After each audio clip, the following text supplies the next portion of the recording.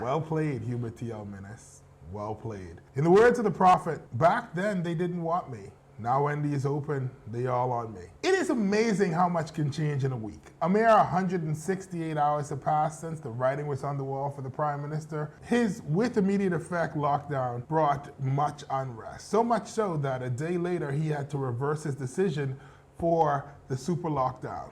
Oh, his official reason was the impending storm? Many of you may be asking, there was a storm? Yes, brothers and sisters, there was a storm coming, just not from the Atlantic. Between the lack of economic activity locally and the removal of small luxuries, not to mention the increasing COVID numbers, public opinion on Menace was turning hard. How do I know? It's not just because small business owners were openly planning to protest against the emergency orders. It wasn't just because my brother called me last week to ask if I was on the wave with Brave. I have blocked his number. No, the moment I knew that things were bad was when the new press conference started. Good afternoon to all. They bring back Regis. I'm not back. Now, this is how you know a television show is struggling. When they bring back a character that they've already retired. Now, this is a joke that only 10% of the viewers are going to get, but no one likes Roman Reigns. For as much as we have complained about the doll and her PowerPoint presentations, they are a welcome change to Renwick Wells screaming scriptures at us. According to Dr. Regis's graphs, the largest demographic catching COVID seem to be people in their 30s. See, mommy, I am doing something with my life.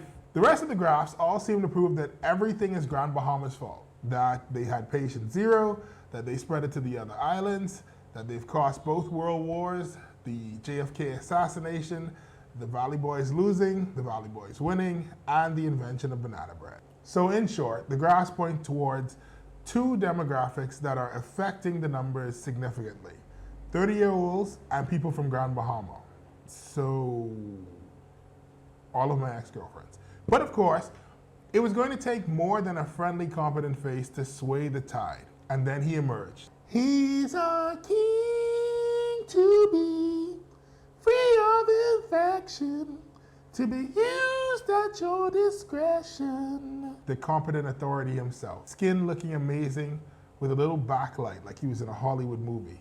Sucking on what I could only assume was a zinc-flavored Fox's Mint. He then addressed everything people were complaining about. The beaches are open 5 a.m. to 9 a.m. Coolers for the coconut boys that they kept harassing. A special license for street vendors. Fast food restaurants are open. Your parents are getting back together. Free flying cars. To help me discuss this is rapper and small-time hustler, Foots the Rapper. Foots, welcome to the show. Hold on, before we start, I just want to say my mixtape is available on all streaming platforms. We talked about this already. All right, here's the big question. Do you think the public opinion on the competent authority has changed? First off, you can need to respect the level of finesse Menace up. Because everybody was mad at him when he locked down the country, right? Then he come and say, I can give you a little bit of freedom. And they forget it was him who gave our freedom in the first place. So what are you saying exactly? It's like this way. Your mommy ever beat you dead bad, and then later on you find out you ain't even do what she beat you for? You know how your old lady go, dog. She ain't gonna say, well, I was wrong for doing what I did. No. She can come in your room and she can ask you if you want Wendy's. That's exactly what Menace do.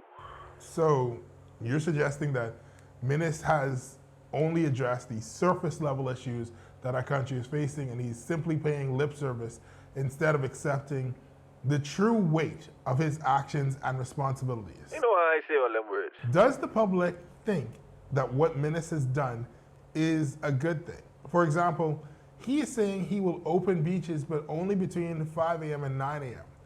I mean, how exactly is that helpful? Easy, boy. He thinking about the economy, you know.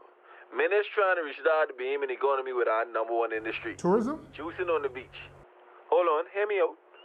If this COVID thing get out of hand, right, we can have backup citizens for the set we lose. See what they saying? It's a win-win. So what about the obvious backpedaling? I mean, tons of persons have been arrested and fined for going to the pump, for selling coconuts, and now he wants to give those same persons coolers to keep their things in, but nothing has been said about refunding the persons who've been fined before this. I mean, They can't get them people who get fined their money back. How you think they can afford to buy them gulas? Besides, all the money is Wayne Monroe money anyway. I'll need them bail all them people out. all right. But what about the unnecessary opening of restaurants? See, now I feel like you just complaining to make noise, boy. You ain't tired of cooking it. But Boy, stew fish was fun the first time you cook it. But at this point, I just want somebody else cook for us, man. My mouth need to get surprised. I need to order a sandwich and get the wrong order. You see what they saying? You ain't missed that? I missed the thrill of that, man. You know, at KFC, they ain't been working so long, the first 50 people they serve can get the wrong order. You see what they say? They can order a 3-piece and come over with a tuna sandwich with the extra meal. That time they didn't even make that. all right, thank you, Foots. Wait, my mixtape. I think it's called drop. In short, Menace has come out looking like a bunch of roses. Not only did he listen to the cries of the people, but he answered their prayer. Somehow, in all this, there was no admission of a mistake on his part. Please do not forget the magical storm that never arrived. And so he stopped talking about it. And apparently the numbers originally were wrong or misread or late or something, but now they're fixed, kind of, but don't look under deaths under investigation portion, or the fact that a significant number of the people who are contracting COVID are not only 30, but also essential workers like in the medical field and the uniform branches of government, which kind of points to a failure to protect the people whose job it is to be out there. Oh, and then there's this. Menace, no, he drawed us himself. That's clearly the handwriting of somebody who been in school for 8 years to tell you, take an aspirin because you're pregnant. There is something else that concerns me. Despite the fact that Menace has said repeatedly the reason for him loosening the emergency orders was because of the data, I have seen many persons saying that this is his way of telling us that if you can't hear, you can feel. Why would you think he's punishing us? That's not in any of his job descriptions. That is worrisome because a significant portion of the population thinks it's okay to have a prime minister who would let hundreds, if not thousands, die to prove a point. Why would you be okay with having someone that petty hold on to so much power over your life? I personally don't think that's what's happening here. I think he made several mistakes because he didn't take advice, and all I personally wanted to do is just to admit that he was wrong and human. And now let's take a look at the sarcastic, prophetic words of George Simonette. You're going to have to bear with me a bit. This is going to be a little bit of a dive, but it's gonna make sense when we get out on the other side. In 1953, George Simonette sang a song called Run Joe Run. And for as many times as I've heard it, I always thought it was just a fun dancing song. It starts with the verse, Laugh, ya laugh, laugh, ya laugh, laugh, ya laugh, ya, you got spend your money. Spend your money, never done, spend your money. But here's the thing, money from sponging did eventually end. In fact, decades before this song was even written, each verse talks about another industry that was supposed to be a sure thing to bring money in, but failed. Sing boy, you got size of money. Tomato money never done, tomato money. Strawwig money is a lot of fun, strawwig money. A couple years ago, I realized that this wasn't a dancing song. This was old George speaking from the grave about the fleeting nature of money and these industries and the problem of relying heavily on one industry, which brings us to the next verse. Go boy, go down to the park. Go boy, get tourist money. Tourist money never done, tourist money. Tourist money is a lot of fun, tourist money. Tourist money will never done. You got tourist money. In 1953, he could see the eventual demise of the tourism industry, that it would go the same way of sponging and sisal. So why in 2020 are we waiting eagerly for its return? Even if it comes back, it will never be the same. We don't even know if cruise ships are ever going to be able to recover from this. Now is the time for us to figure another way out. Yes, it is great that the local economy has some activity, but we still need to get money into the country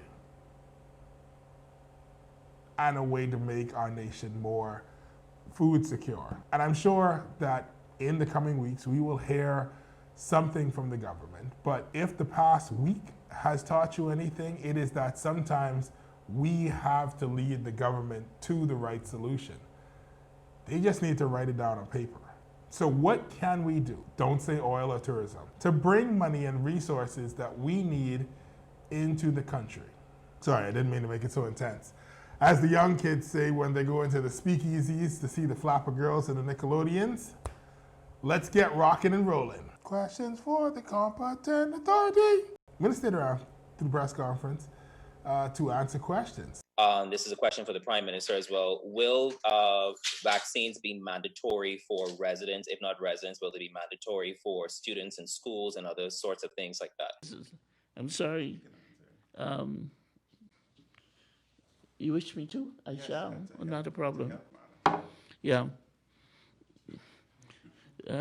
Vaccines. The former Minister of Health's resignation letter in the middle of a pandemic as he took responsibility for the 6 American residents that breached protocol when they entered the country. But when the Minister of Tourism openly admitted to approving the wedding that happened on Harbor Island, he merely said, and I quote, "I guess maybe we failed and I apologize for that." Can you explain why these two situations where it appears that a minister who made a mistake had such severely different outcomes? That's a matter that has been dealt with extensively in the press, and I would not go down that road today. So you ain't gonna answer that. Okay, cool. Finally, was the super lockdown to protect who? And do you have any regrets with how some aspects were handled? Are you asking whether I have regrets in terms of making the announcement that the lockdown is immediate? That was your question?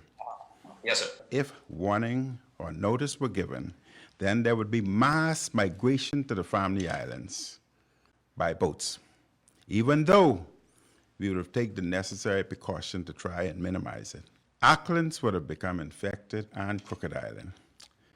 Aucklands and Crooked Island have still been infected. Couldn't Minutes just have closed the airport without having a complete lockdown? Another thing that's a little fishy. Auckland's had a homecoming? Who wants to go back to Auckland so they can accuse you of stealing cave dirt and Cascarilla bark? Ice Street. Personally, I only had one question. Who was coughing? To address the Why?